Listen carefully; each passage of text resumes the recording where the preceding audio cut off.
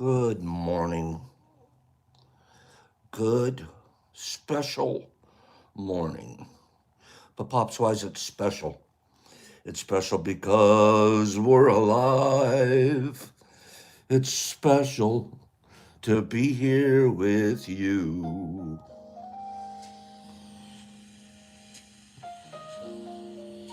No, not that one. It's so special. Wait for it. What are we going to do here?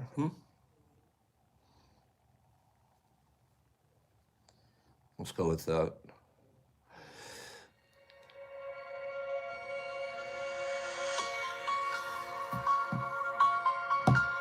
Now that sounds like very good soap opera music.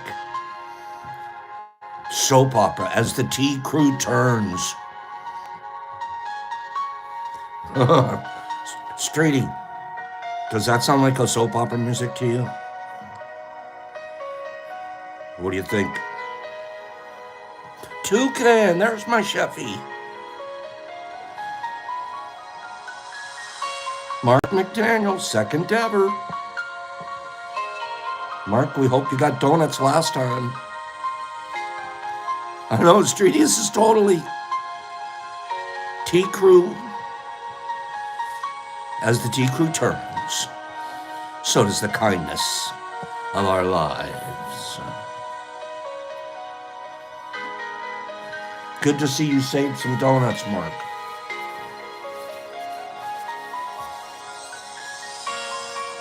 Good question, Goon. Of course I did. Actually, I made my couch. I'm going to be honest and tell you guys I made a couch this morning.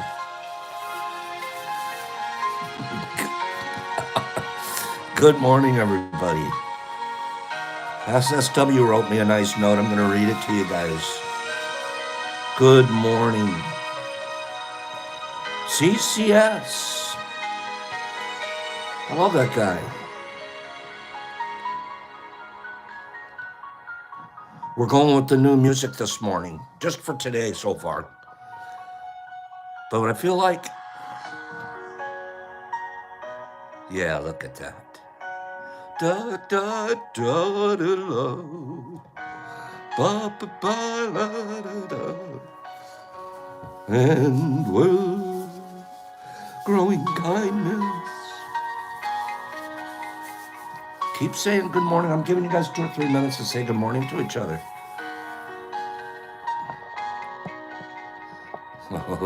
Yep, I made a couch, SSW.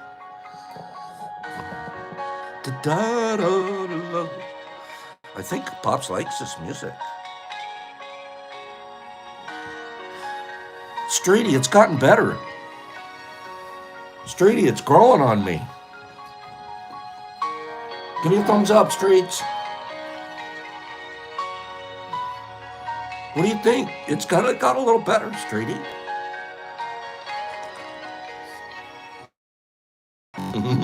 I love seeing you guys say good morning to each other. It's literally my second favorite part of the day.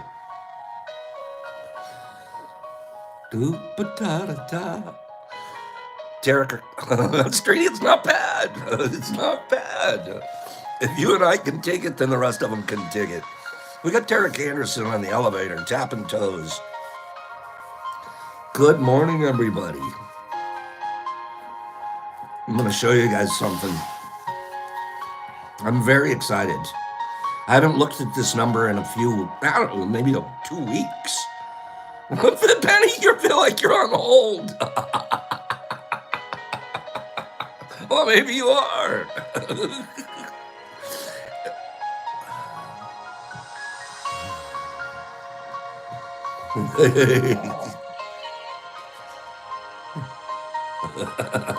Penny, that was a good one.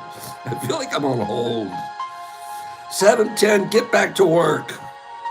Your call is very important to us.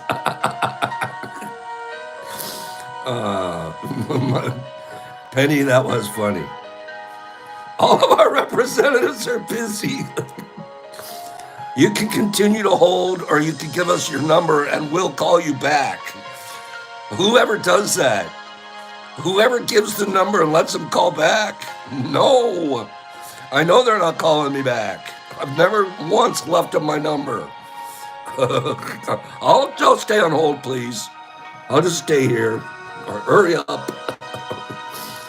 You're not calling me back.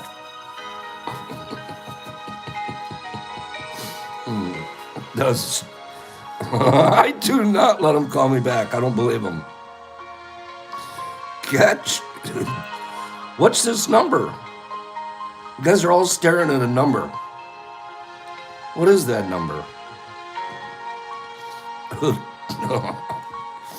What's that number? Okay, so far. What is this number? What is it? No. What is it? Oh, Jesus. The crew, you guys suck this morning. Come on. No. Kimberly's the smartest girl in the whole room. The rest of you guys go away. Go read Kimberly's answer. I'm not even going to tell it to you out loud. Jeez. You guys aren't keeping track? Oh, God. Get out of here. Get out of here. It's 19.8 grams, Pops. 19.8 grams of what? It's 19.8 sugar cubes, Pops. What?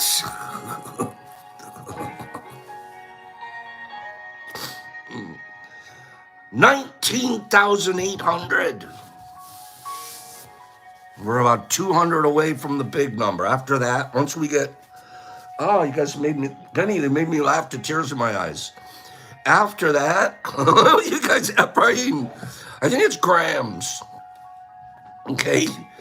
19.8 subscribers. Give me 200 more, please. Please, please, please. Please give me 200 more. After that, I promise I'll stop asking. I will. I'll stop asking. I won't even ask you for likes anymore. See, it's you guys pushing the like buttons that have pushed that button up. It's a true story. When you push the like buttons, potential subscribers see stuff. And they're like, hey, let me go check that out. Beep, push the button, and there we go. We're thinking if we do hit the 2,000 mark, or the 20,000, there is no way on Jesus Christ Australian planet that we would have thought we'd hit 20,000. But we will. And we're thinking at the 20,000 mark, we're going to somehow integrate it then into the nonprofit organization. So 20,000 people, whether they know it or not, are going to be helping. Most of them will know because we're going to put them on notice. So that's to you guys. Congratulations. Get 200 more. If each of you, watch this. Let's do a pyramid scheme. Let's do a pyramid scheme. Each of you get one more person to join. One, that's all. I didn't even say two. Pyramid scheme this thing up. Okay? Mark McDaniel, spread the word. Put it on if you have a nice business, put it on the window. Advertise.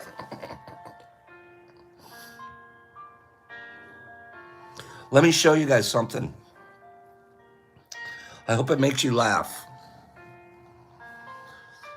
Well, I hope this makes you laugh. Recruit one person each. One person each, and let's make this thing grow. Okay, watch this.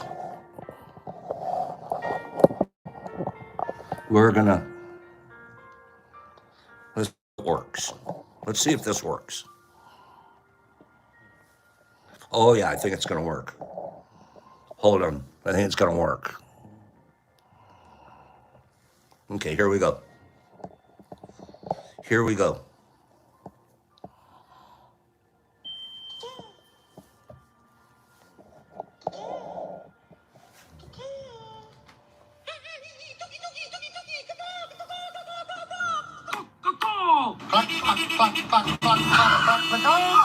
Wait.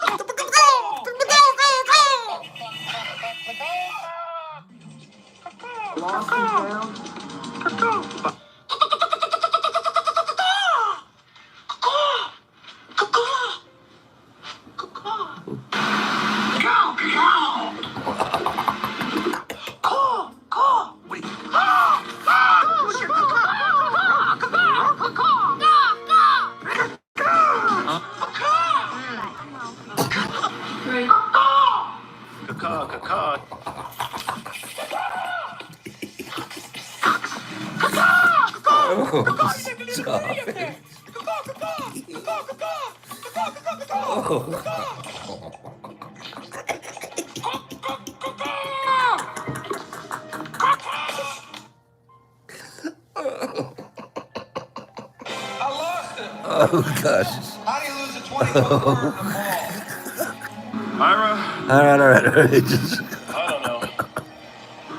So what do we do now? I don't know. Wait, I don't. One time. Wait. I think we've established that Kaca, and Tuki don't work. Right. Sorry. Okay. Stop, Pops. Oh,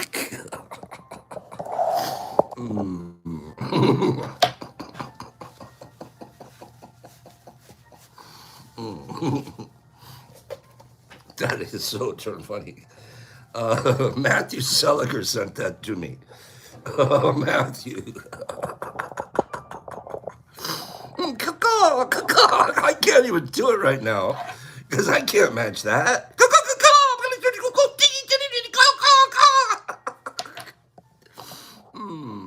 Have fun with that one, you guys. That's funny stuff. Nobody can tell me that's not funny. I'm not. It's officially funny. Okay. Kim, who knew there were so many cacas out there? Streety, this was like one Streety sends me. Oh my goodness. Now you realize, Ephraim, that there's a lot of different ways you can caca. Like you have to add your own twist. Okay, you have to add your own caw twist. And it's well worth it. So the next Mush Fest. Okay, Dookie, Penny Peck. We all know Tookie doesn't work. Okay, so here we go.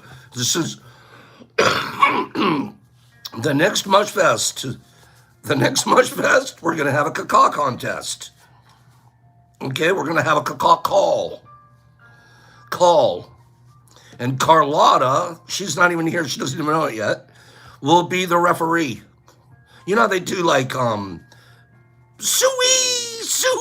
You know what I'm talking about? You know what I'm talking about? She's here, Niffy? Okay. Carlotta, you're gonna wear the referee uniform. And we're gonna have a caca contest. Sort of like a pig call. I don't want to call things pigs, but swine. Anyways, give me 5 people that agree. We're gonna do a caca contest. A caca contest. Yes? Streety, you in? Mushmouth, you in? Carlotta, we're going to do a caca contest. Okay? And you have to add your own twist. Do your own twist. This is ridiculous fun. And we'll tape it. Am I right? We'll have a bunch of grown adults out in the yard taking their turn, stepping up, and you're going to get your shot at the caca. All right, Big Al, you're going to do really good. Nippies, the cops are coming again, Pops. Not for a caca contest. No, those are legal. Nobody said one can't do cacas. Okay? So practice. I'm practicing at home alone. Now, that is funny, man. So caca contest. Carlotta, write it down. So we've already cut. That's one things to do. Group activity covered. Okay. I dare you to practice now. Okay, so I'm going to make you guys a deal. wait. This is a true story. Okay, you need to Laura Divine to do the. Oh my God, Laura, could you call the police here? Okay, I'm making you guys a deal right now. Okay, this is a true deal. If you go on your IG page, and you do a caca, it has to be a vocal caca. They don't have to see your face. Just an auditory caca, your twist. And you tag me so I know, so it comes up on my page. If you do a caca, vocal caca, from you on your page, I'll send you a prize. A bribe. I'm bribing cacas out of you. Send me a practice caca. Monofly, if you don't have Instagram, I can't help you. Sorry, bro. So, has to be an out loud caca, and then make sure you tag me so I know you did it. Okay? Benny's like, I'll do it. You don't have to send me anything, Pops. All right? So over the course of the next few days, 3 or 4 days, IG's going to be going, what the caca is going on around here? How come people are cacaing? Okay? I think that'll be hilarious. If it's just a few of us do it, let's caca each other. Dear Pops, I got a message today, this morning. No, yesterday. Was it yesterday? Might have been early this morning. Doesn't matter. Came from SSW here. Okay, so get your cacas going. I just think it'll be absolute fun. Okay, so caca it up. You're going to find out how much fun it is. I think that there's room. Give me 5 people that agree there's room for just a little more goofiness in your life. You're allowed to be just a touch more goofy than you already are. And I can promise you, I promise you, that it's very healthy. It's very, very healthy for you to just be just a little bit goofy. Okay? I can promise you. Dear Pops, this came from SSW. Goofies are great, right, Penny? It's super healthy. You're letting your guard down. You don't care what your image is out there. You don't care what people. You are expressing soul joy. Just do it. Who cares what people think about you? Oh, but they're gonna think I'm more. Yeah. They're gonna look at you and go, boy, I wish I could be liberal. I wish my soul was open. Dear Pops, is there a way every one of the T crew can send Bill D a get well card? Incredibly thoughtful. Yesterday, I got a message from Michael Allen. Michael Allen, he was qualified to be on the spin to win for tomorrow, the big spin. I got a message from Michael Allen. He said, Pops, would you take my name off the board and put Billy D's name on instead? I think Bill D would be neat to see Bill D win.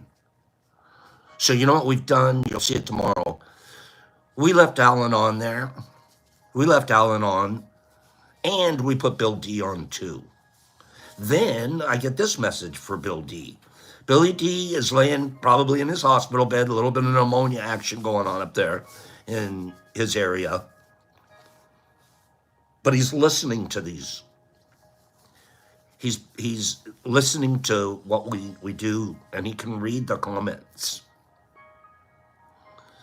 Can you imagine being Billy D right now and he's sitting in a hospital bed and he's going, people are giving me slices of pie, want to send me, is there any way we can get every member to send Bill D a get well card? Billy D would get, how many get well cards? How many get well cards? Well, we showed you the number earlier, 19,800 of them. Imagine that hospital, right, Monofly? Mark's like, Billy D would get 19,800 of them. So we're not going to do that. For you, we're not going to do that to the hospital. We're doing it right now. This is his, it's the best way we can do it as a crew, is say, get well to Bill right now. And if any of you guys are sick to this degree at any level, let us be there for you. Let us be a get well card for you for 5 minutes of your day. Reach out to us and let us know. Okay? Oh, I know, Freed, he'd have to rent a truck just to take his cards home. So instead, we're doing it here. So, dear Pops, is there a way every one of the T crew can send Bill D a get well card? He is there every time I stop in. And he was the first to say hello, a fellow Oregonian.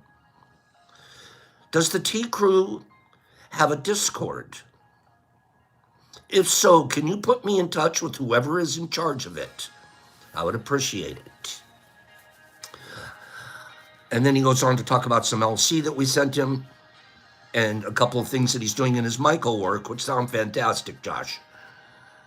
So, thank you for thinking of Bill. Thanks for putting him on our mind. He already was, but this is a very nice way to remind us. Bill, you're getting a get well card from us right this moment. Regarding Discord, if anybody's looking to join a great Discord group, Sandman, Sandy on here is monitoring a Discord channel. Some of the other people here, I'm not sure who they are also moderators there and stuff. There is a very, very active Discord channel here. And it's one of the healthiest and activist.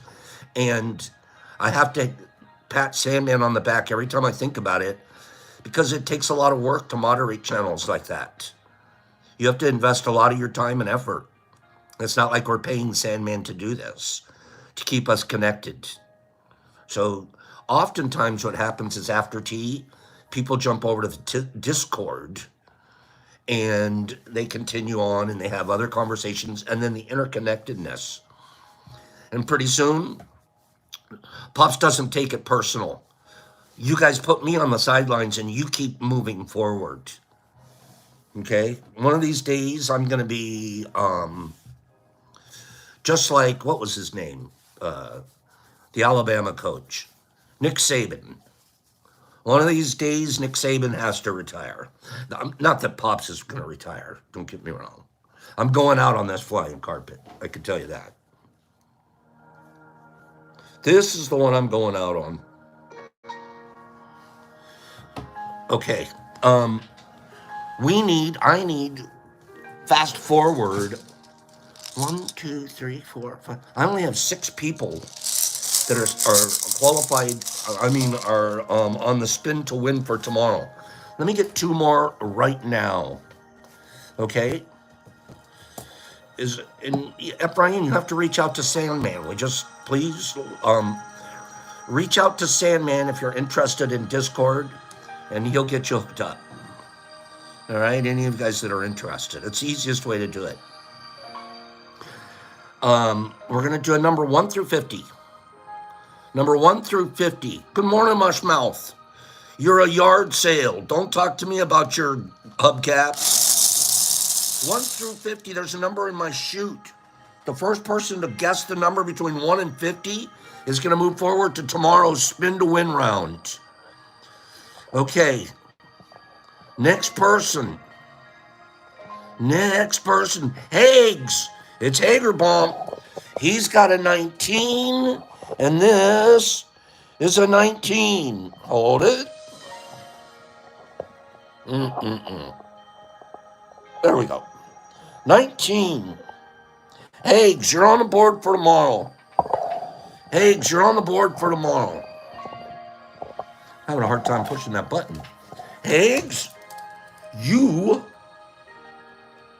are spinning tomorrow, along with Exception in Vegas and Mike Barball and B. Hendricks and Billy D, Michael Allen, and now Hags. All right, let's do another one. And before we do, SSW just asked, how does he get a hold of Sandman? I don't know. Would you guys help each other get a hold of each other? Somebody send SSW, Sandman send SS.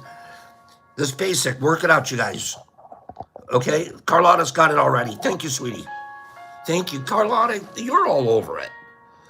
Here we go. Another number between 1 and 50. Go. Got it. Another number between 1 and 50. You're allowed to put up to 3 on one line.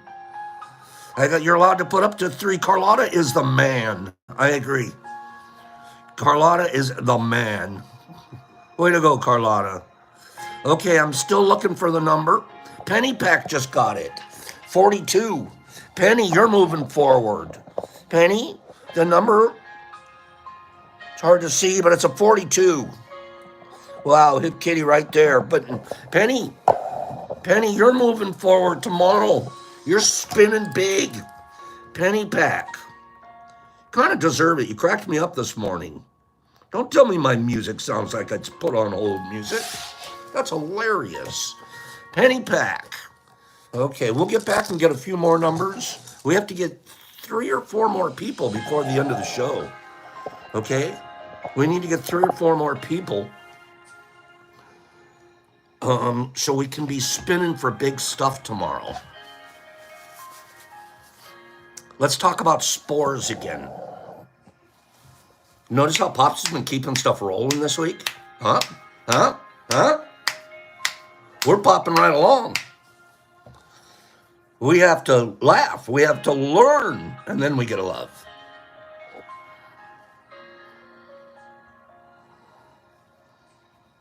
Fungi physics. Fungi physics. Cobalt. Cobalt, I see you here. You looked at spores under the microscope yesterday. Hold everything.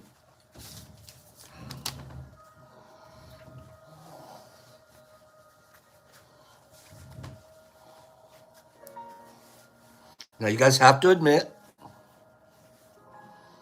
that this is one bad AF scarf. You should feel how it feels.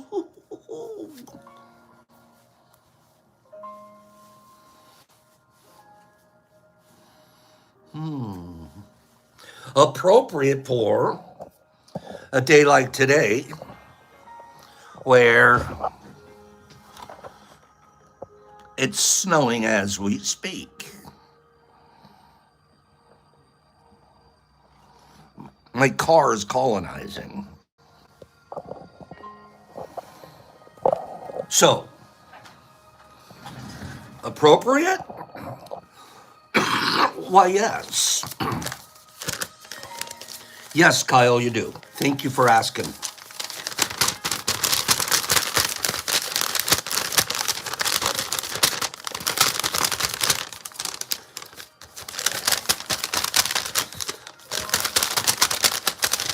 Hi, Pops.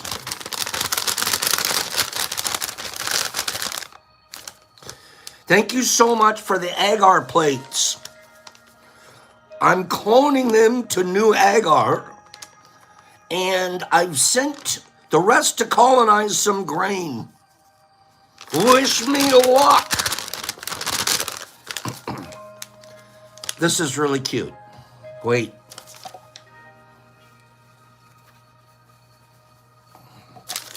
I made you a scarf.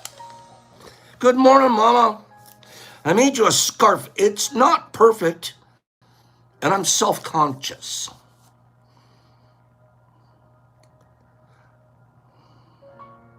I'm going to reread that the way I want you to write it next time.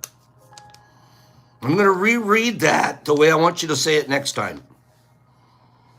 Instead of saying, it's not perfect and I'm self-conscious, next time you're going to say, it's almost the most perfect scarf, and it's helped me with my self-consciousness.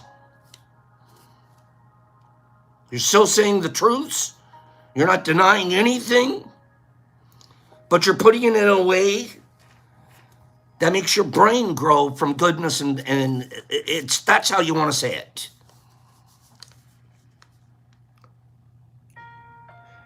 And I'm self-conscious, because I have blood cancer.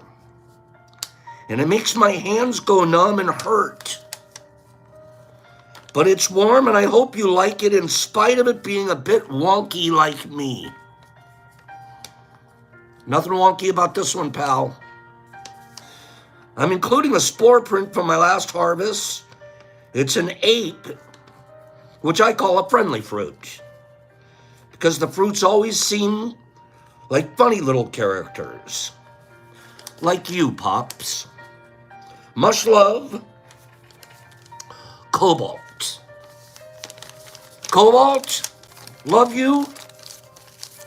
This is fantastic. You guys, I'm not joking this. I don't exactly know what material he used, but it's a silky-ish material. And there's touches all over it. Okay? And the colors in it. Look at how he weaved all these colors through that end up down here at the bottom. Am I right?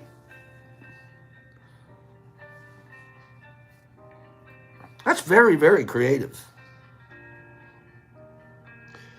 Cobalt, was this knitting? Is this knit or is this crochet?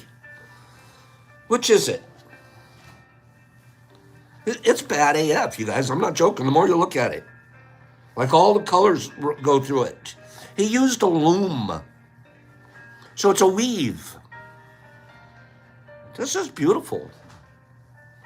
Okay? Sorry to hear about your hands. We'll be pals. This is beautiful. Thank you. I appreciate it to the bottom of my soul. It's perfect weather for it. So thank you.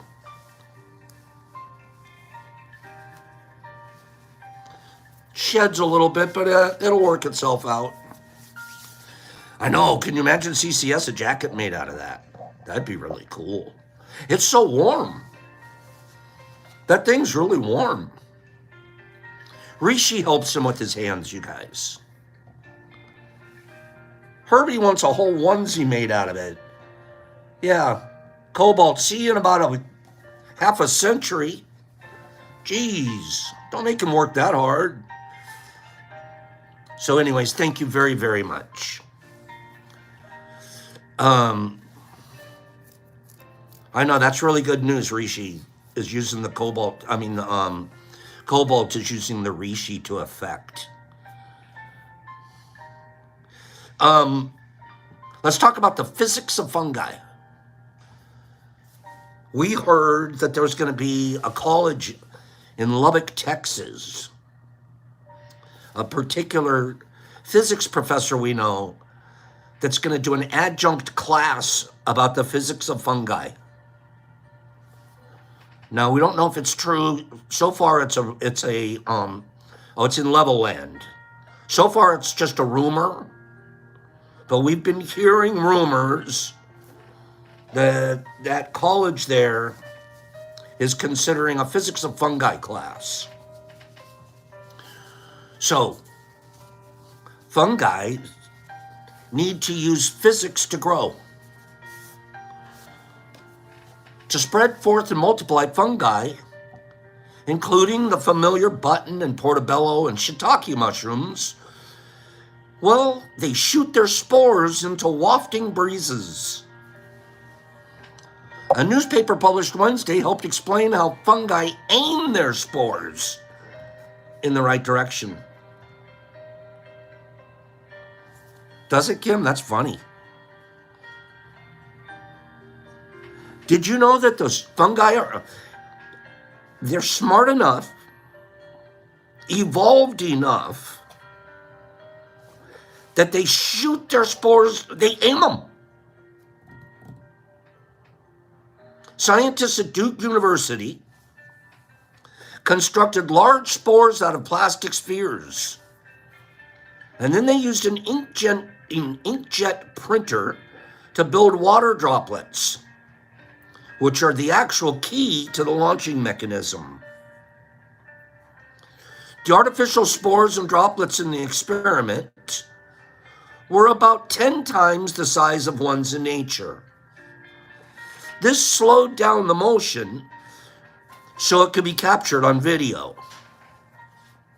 With that system, you get what the real spore is doing, said Chuahua Chen, a professor of mechanical engineering and materials science at Duke. Can you imagine that? Duke University's got these whole experiments going on where they're trying to figure out the physics of sporulation. We're getting there, world. We're starting to finally figure out how cool mushrooms are. Dr. Chen, can you imagine Dr. Chen? He's on his way to work. What do you do for a living? Oh, well, I'm currently developing a model, a computer model, for how to properly display / integrate fungi sporulation into the wafting breezes.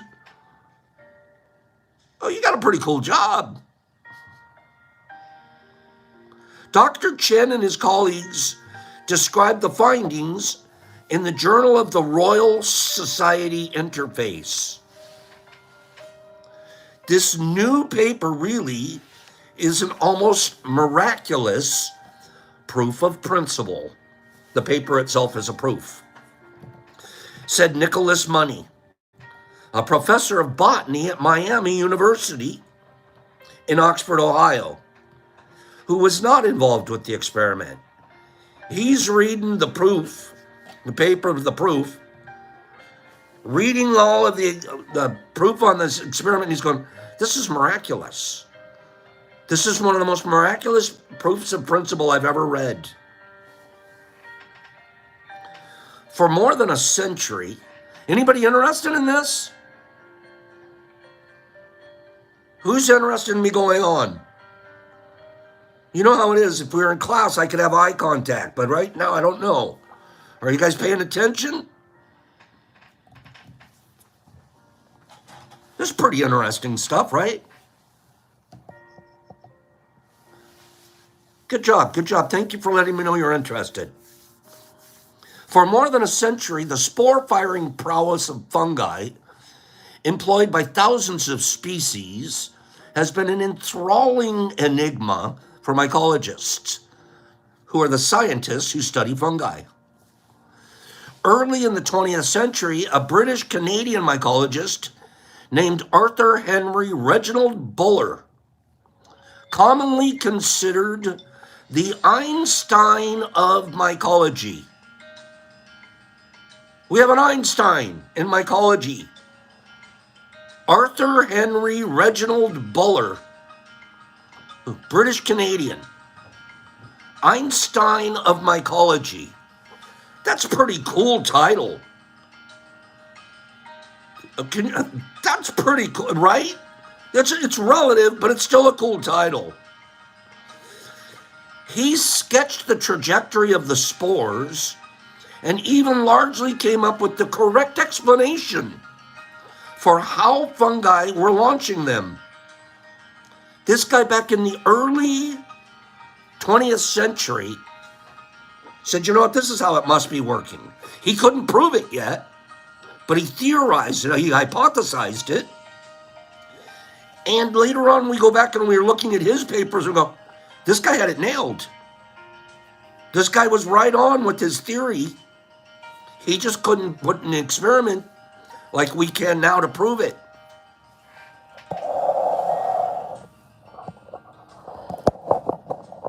In the early 20th century, Arthur Henry Reginald Buller made sketches made of the path the spores ejected by the gills of the mushroom. So he shows you the mushroom here. He shows you here's the gills, and all the spores are stored up inside these gills. And he even shows you these little, what is that? Arrows where the spores that have been stored inside these gills in the mushroom are all shooting out. So he's showing you that. Then he's showing you this. Here's the actual spores leaving out and the actual trajectory. So this guy's actually computing back then spore trajectories.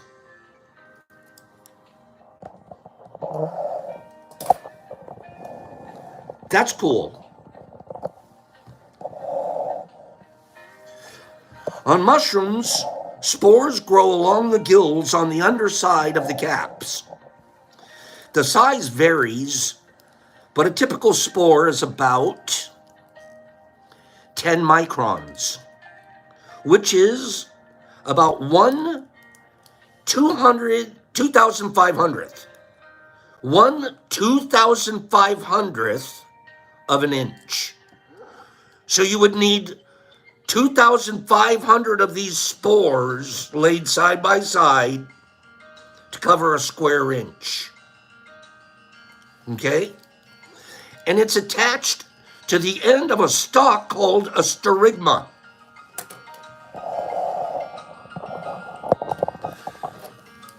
That's your sterigma. Sterigma. Spores attached to the sterigma. Spores launching. Already launched.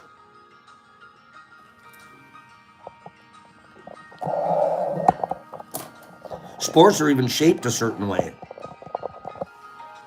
In a single day, a mushroom,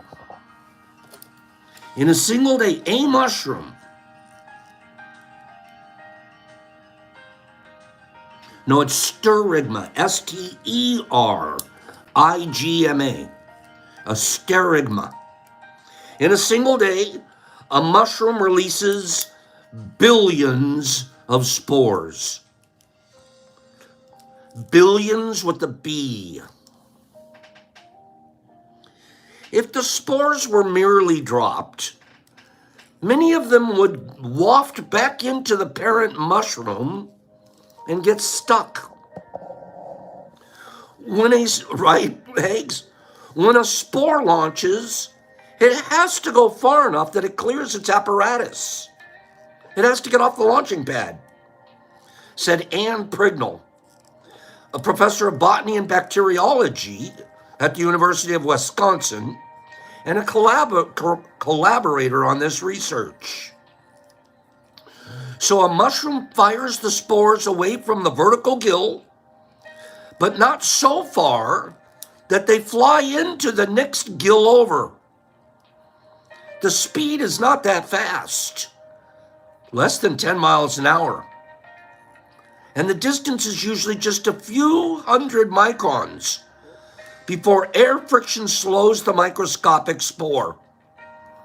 It's the acceleration that's explosive, exerting thousands of times the force of gravity. Remember we talked about that the other day, 20 Gs. It's the 20 Gs, and then it just barely gets out, and now friction, and it doesn't really want to get out too much into the wind, because then it's going to waft right back into the parent fruit. So it just goes so far. Scientists call spores that are launched in this manner ballistospheres. The mushrooms that we grow here are considered in the classification of ballistospheres.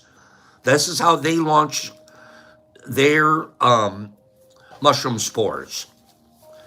At the same time they are traveling away from the gills, Gravity is pulling them down, and the spores catch a ride on air currents to spawn into new mushrooms elsewhere.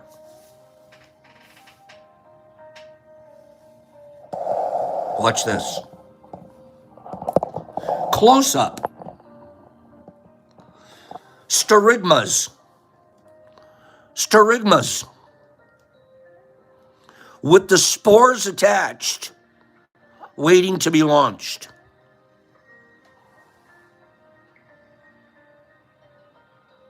That's the underside of the gill. So we saw the guy's drawing of it back in the early 20th century. Now we have microscopic pictures of it.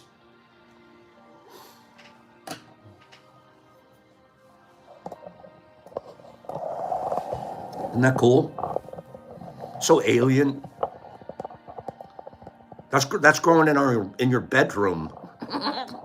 And that's in your tub. The energy for propelling the spores turns out to come from, here's the physics. Here's the physics. The energy for propelling the spores turns out to come from the surface tension of water. The forces that cause a drop of water to roll up into a bead on a water repellent surface. You have a little piece of water, it beads itself. The forces that cause that to happen are the same forces that cause spores to sporulate. In his early observations, Buller noticed a tiny droplet next to a spore.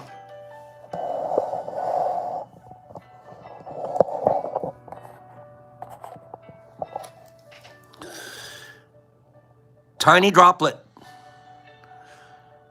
Sterigma. Spore. Tiny droplet. It's sort of getting absorbed in here at the contact point. There goes the spore. Taken off at 20 Gs. 10 miles an hour.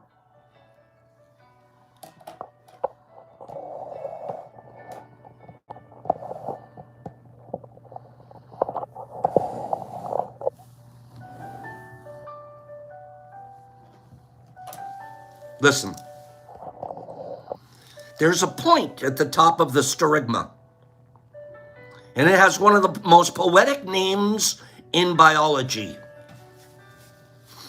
That point right there where the spore is attached, and it's just getting ready to launch, and that's where the water is going to create a surface tension, right there. But this little tip of the sterigma right here, according to this person, and it's kind of true, says it has one of the most poetic names in mycology, biology. It's called, we'll pick this back up tomorrow. Some of you can go look it up if you want, or you can wait till tomorrow, but we'll continue this topic tomorrow. More about the physics, little cliffhanger. We're going to find out what the tip of the sterigma is tomorrow.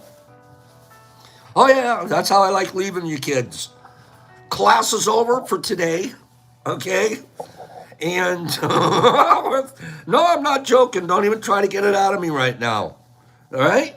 We'll pick it up tomorrow. What's that little tippy? And then we're going to talk a little bit more. And remember that it's one of the most poetic names in biology, okay? Let's stop it with the tip stuff, all right? Not in mycology. So I'm leaving it there, and we'll continue. We'll finish our spore class tomorrow, and then we'll continue on in mycology, all right? Mama, you got to be here tomorrow, and then I'll explain to you what the most poetic name in biology is, okay? Give me a number. Between 1 and 50, I need somebody on the board for tomorrow.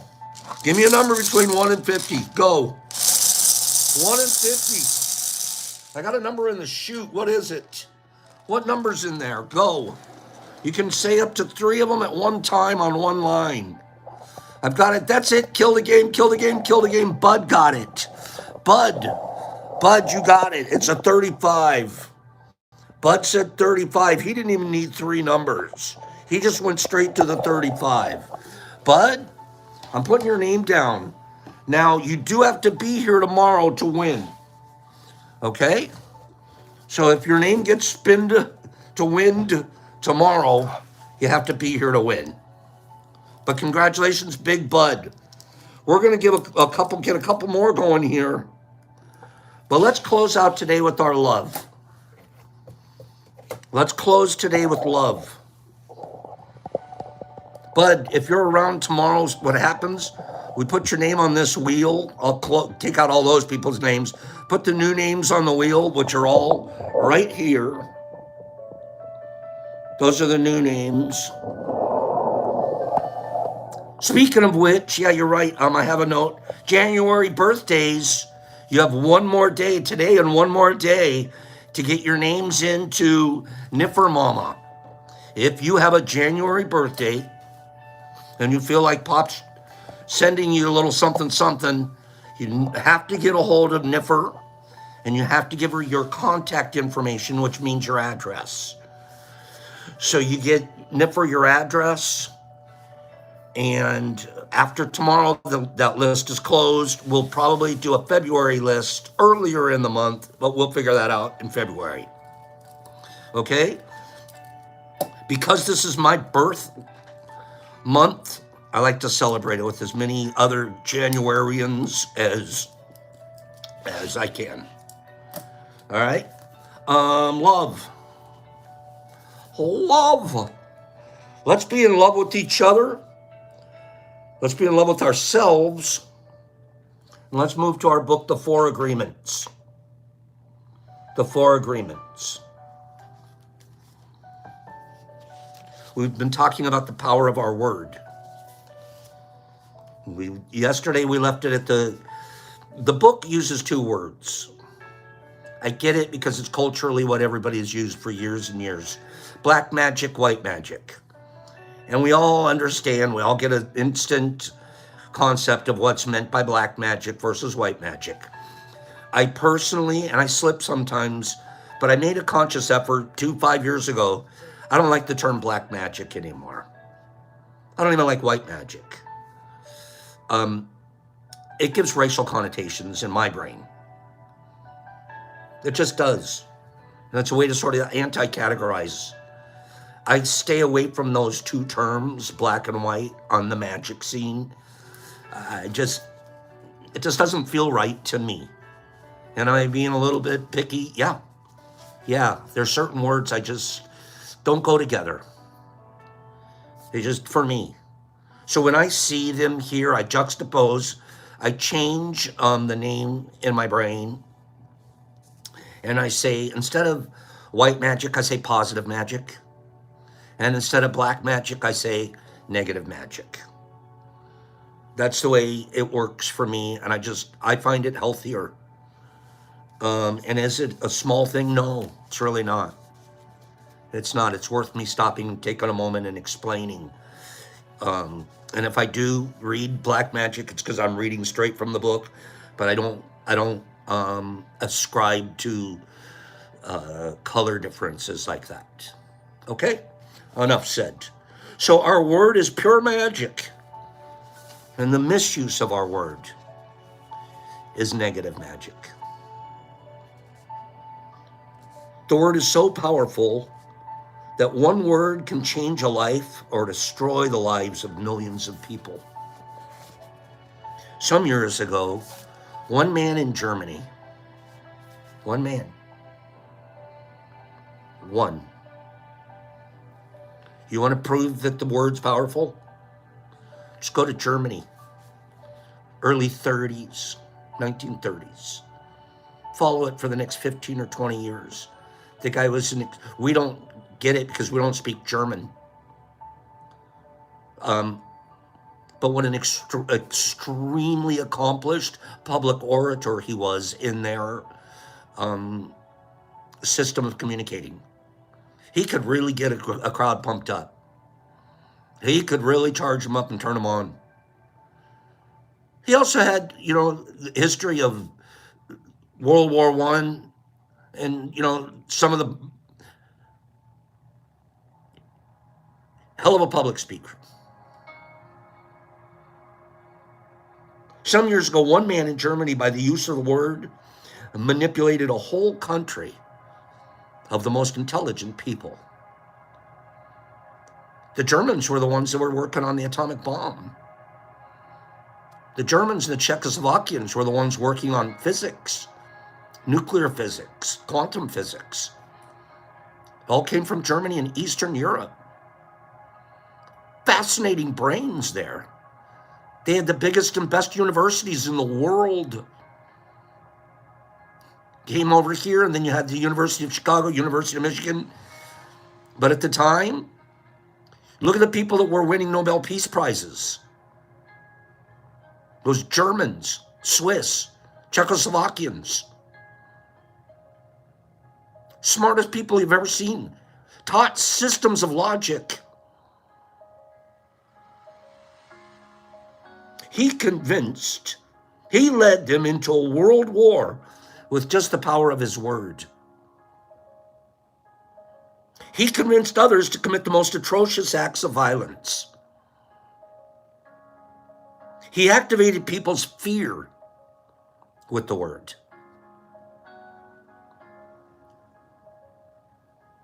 And like a big explosion, there was killing and war all around the world.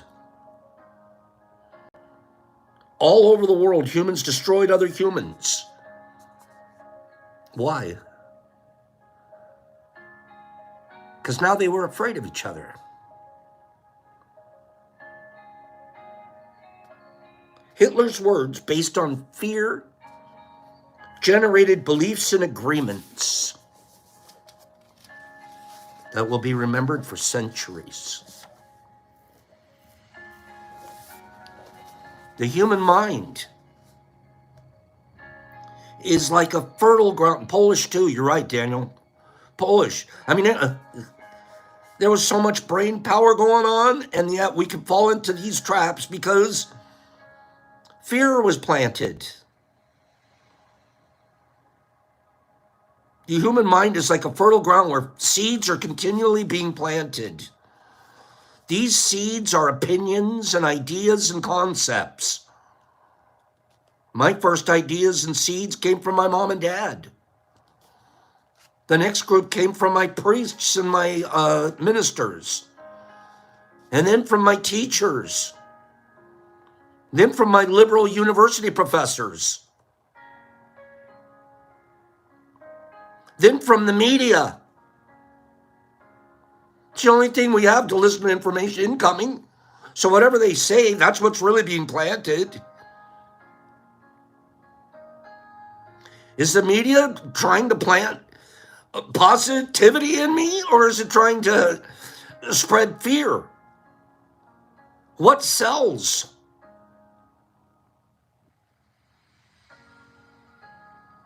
You plant a seed and a thought, and it grows.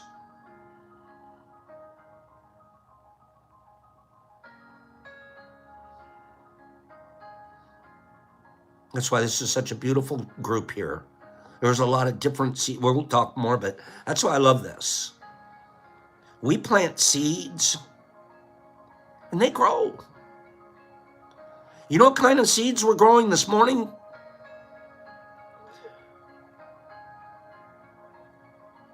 Worry and care about Bill D. We planted a seed caring about Bill D. That's going to grow. We really care about what's going on with Billy. Hope he's okay. Think about it every day now. The kind of seeds you plant will grow. What kind of seeds are you planting in your family? What kind of seeds are you planting with your children?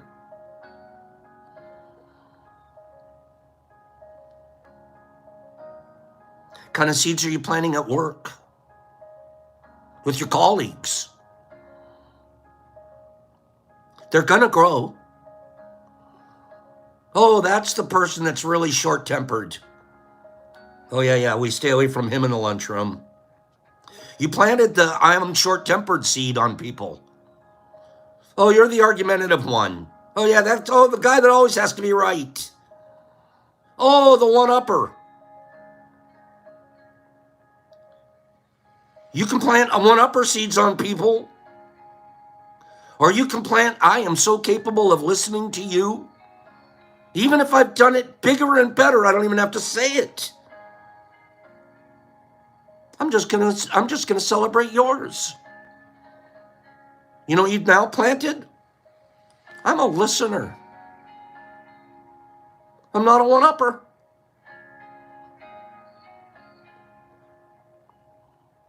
Can you imagine, in my situation, can you imagine, some of you guys, it's so beautiful. You send me pictures of your third and fifth tub, and they're beautiful. They've got these amazing fruits in them and stuff. Can you imagine if I looked at those and just, oh yeah, that's nice, but look at this, and then I sent you a picture of my grow house? What kind of a reaction is that?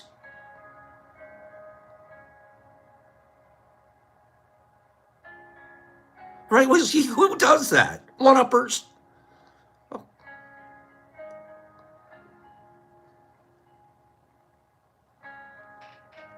It'd be really discouraging, nerd. It wouldn't be cool. You don't plant that seed.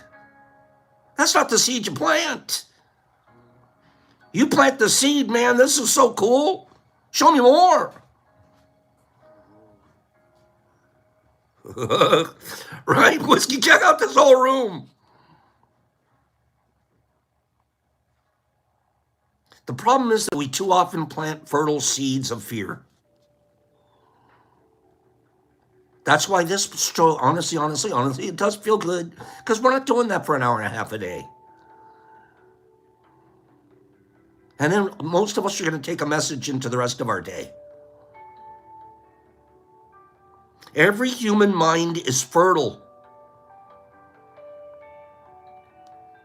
But you know, for ground to be fertile,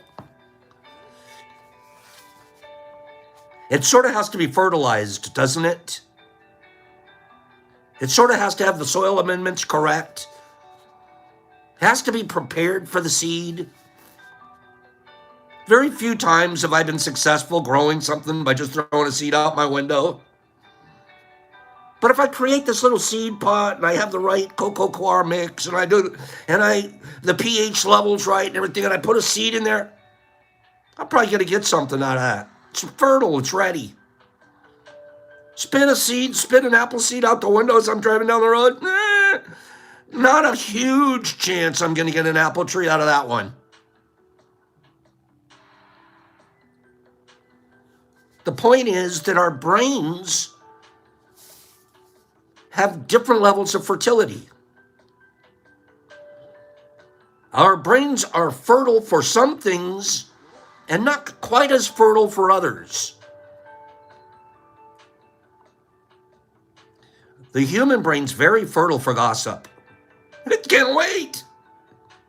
The first little seed of gossip feels fun, or you wouldn't do it. What you don't realize is that the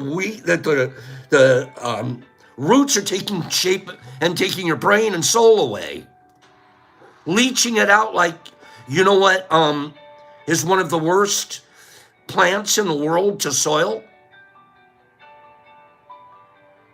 Tobacco. Tobacco leaches every single soil amenity out, absolutely ruins the soil. You can't use that field for 2, 3, 4 years, and you have to rotate your crops and leave the ground sitting fallow while it gets new soil amendments. So a lot of it depends on what kind of plants we're going to seed.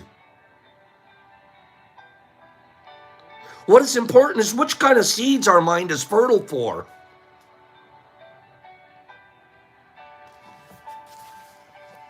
What we want is our minds to be fertile, prepared for seeds of love. Take the example of Hitler. He sent out all those seeds of fear, and they grew very strong. And they beautifully achieved massive destruction. Seeing the awesome power of the word, we must understand what power comes out of our mouths. One fear or doubt planted in our mind can create an endless drama of events. One word is like a spell. And humans use this negative magic thoughtlessly, putting spells on each other. During our domestication, I'm going to just finish up here for today. We'll pick this back up tomorrow. We thoughtlessly put seeds of fear in each other. Why we're having this conversation right now is because once we say we do that, we're now aware and we get to not do it. We get to prepare our minds for a different type of seed. I don't want seeds in me that are going to leach the soil. I want seeds in me that replenish the soil in and of themselves. During our domestication, our parents and siblings gave their opinions about us without even knowing. We believed these opinions, and we lived in fear over these opinions. Like not being good enough at swimming, or sports, or writing. Someone gives an opinion and says, look at this girl, she's ugly. The girl listens. She believes that she's ugly. She grows up with the idea that she's ugly. She now has an agreement, a long-held belief agreement that she's ugly. And she's going to live under that spell. We do that all the time. They're dumb, they're fat, they're ugly, they don't belong. They're not cool. They're not a good athlete. They're uncoordinated. What do you call that? We do it all the time. My family, we made a habit. I told you guys this maybe a year ago. We made a habit of it. Each kid in my family, each kid had a nickname. The nicknames were not uplifting. We called each other disparaging names. Oh, well, you're just kids. We were programming ourselves to not have very good self-opinions. Each one of us, I'll share those with you maybe tomorrow. Each one of us. Can you imagine my sister, my older sister? It's a gorgeous woman. And she grew up to be in her early 40s. She was the real estate salesperson of the year in the state of Maryland. Had more sales of real estate property than any other woman in the state of Maryland. Not only was she pretty, she was really smart and liked people. People liked her. Caught breast cancer, passed away like that 40 days. When she was growing up, she had beautiful blue eyes. My dad's compliment for her, my dad called her, that's my blue. He never called her by her name, Adrienne. He called her Blue because of her beautiful blue eyes. And my dad wasn't sensitive. He didn't have nicknames for the rest of us. But Blue was special. So he called her Blue. Well, that's what the rest of us kids called her.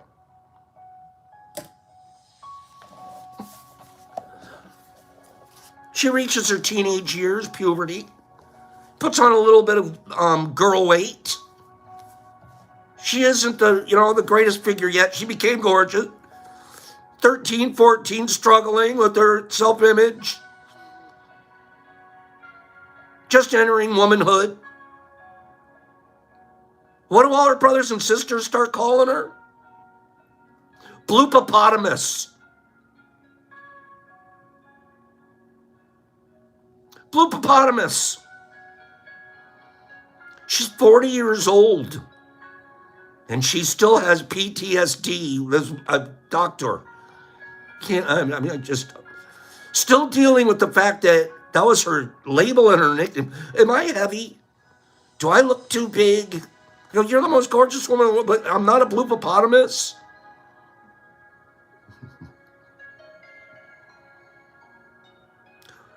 It's funny, it's cute. Oh, that's so funny. We're like, ha ha ha, bloopopotamus. We were programming my sister.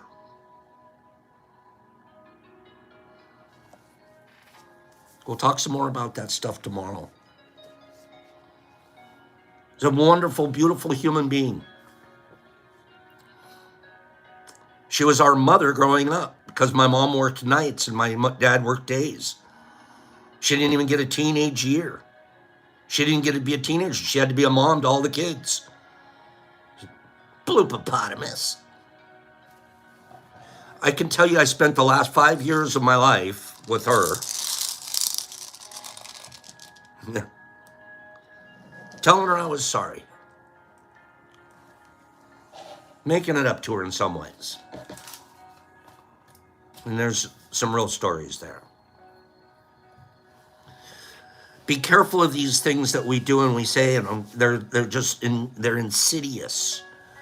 They're in our families, they're in our cultures. There are things that we've allowed each other to start saying and doing, and it's just come on, that's just what we do. That's just what you're doing is you're playing to the wrong side of the fertile mind. We want to work on the other side of the fertile mind. Give me 5 people that get what I'm talking about. Give me 5 people that get what I'm talking about.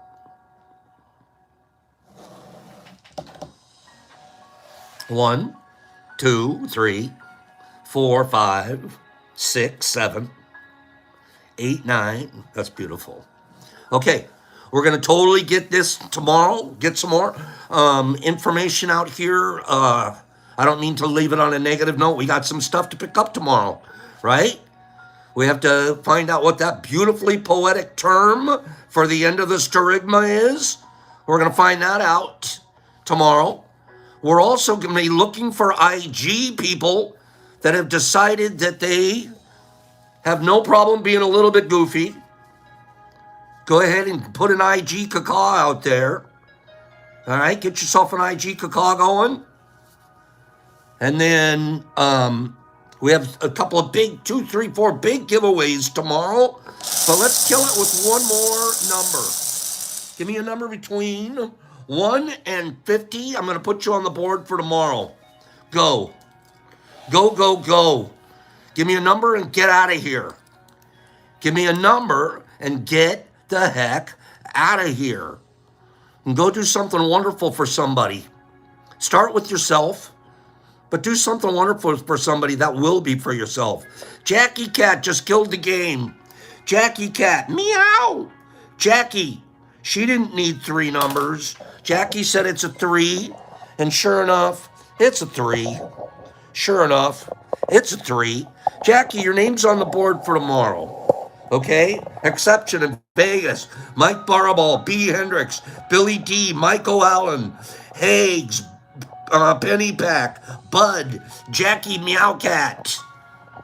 We'll probably get another 1 or 2 tomorrow before we go for the big spins. Have a beautiful day, you guys. Tomorrow, I'll see you guys tomorrow. Have a beautiful day. Be goofy. Be goofy. Sincerely healthy. That's the way that you add fertilizer to the kind part of our brain. I believe that. Have a great day, Waz. Mushy, talk to you soon. Penny Pack Nerdy. Matt, the Waz, Mark Z, Tony, Ephraim, Justin O'Kman Rose, hey, SSW, that was a nice letter. Mike, Jimmy Max, Hip Meow Kitty, Cobalt, hey bro, thank you. Thank you, bro. And Kyle Browning and MDK, Michael Allen and Evan, and Rizzo, and Justin, and Mark, Michael, caw, Cleany and Hags. Have a great day, Hags. And Jimmy and Penny. Penny, you made me laugh this morning. Daniel and Mike and Ghastly and Jesus Christ in Australia. Nipper Mama, Mark Daniel, McDaniel, Two Hockey, Kyle, Jesus Christ and CCS, Jolie. Jolie, go do a caca. SSW, Deborah, you're a pearl. Nerdy, Herbie, one Canurbs. Mark Zamaron, Sandy.